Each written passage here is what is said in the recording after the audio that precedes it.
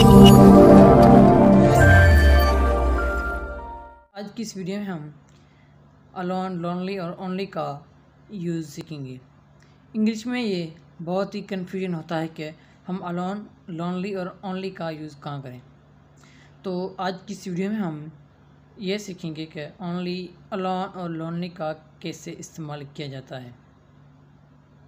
सबसे पहले आता है alone. Alone means by yourself, there is nobody else with you. यहाँ आपके साथ और कोई नहीं है।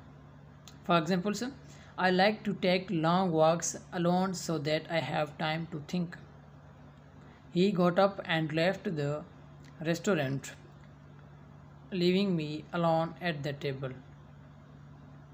अब यहाँ पे देखें, पहले सेंटेंस में अलोन का इस्तेमाल हुआ है। तो अलोन मतलब वहाँ इस्तेमाल होगा जहाँ आप सिर्फ एक अकेले हो और कोई नहीं हो, तो वहाँ पर सिर्फ अलोन का इस्तेमाल होगा।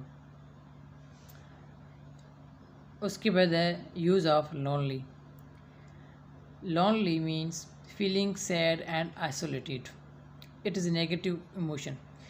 तो ऐसा बंदा या कोई शख्स जो अकेला बैठा हो और वो अपने आप को तन्हा महसूस करता हो, वो किसी ऐसे फीलिंग से गुज़रा हो जो उसे नेगेटिव फीलिंग्स समझने में आ रही हैं, और वो नेगेटिव फीलिंग से गुज़र रहा हो, वो अपने आप को नेगेटिव फीलिंग में महसूस कर रहा है और बहुत ही तंग महसूस कर रहा है, तो वो जाकर कहीं और ऐसी प्लेस पे जाके बैठता है जहाँ पर सिर्फ एक वही होता है और कोई नहीं होता है।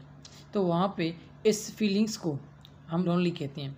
यहाँ पर हम लोनली का वर्ड इसलिए इस्तेमाल करते हैं कि हम ऐसी फीलिंग्स हैं जो सिर्फ एक ही बंदा समझ सकता है, तो इसलिए हम लोनली का इस्तेमाल करते हैं।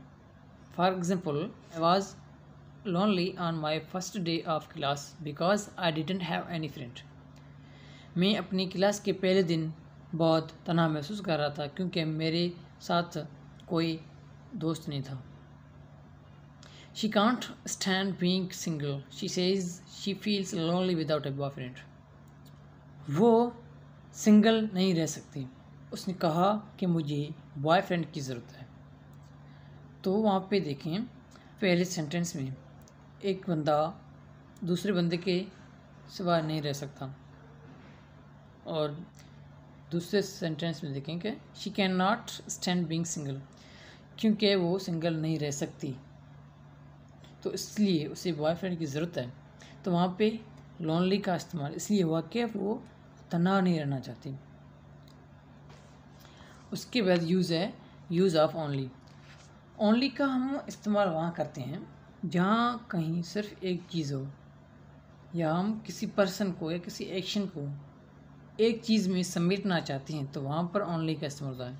ओनली मीन्स जस्ट वन, एक, and can be used with people, action और object after the word only we must have person, object और action. For examples, Kashif was the only student who understood today's English lesson. I have only one pair of sunglasses. I didn't have a lot of money, so I only bought this t-shirt. अब इस sentence में देखें, पहले only इस्तेमाल हुआ है student के साथ जो एक पर्सन है, तो ओनली किसी पर्सन के साथ इस्तेमाल होता है। ओनली किसी ऑब्जेक्ट के साथ भी इस्तेमाल होता है। ओनली किसी एक्शन के साथ भी इस्तेमाल होता है। तो आज की वीडियो में हमने ओनली, लोनली और वन का इस्तेमाल सीखा। नेक्स्ट वीडियोज़ में हम ऐसे ही इंग्लिश कन्फ्यूजिंग वर्ड्स के बारे में सीखेंगे। Thanks for watching.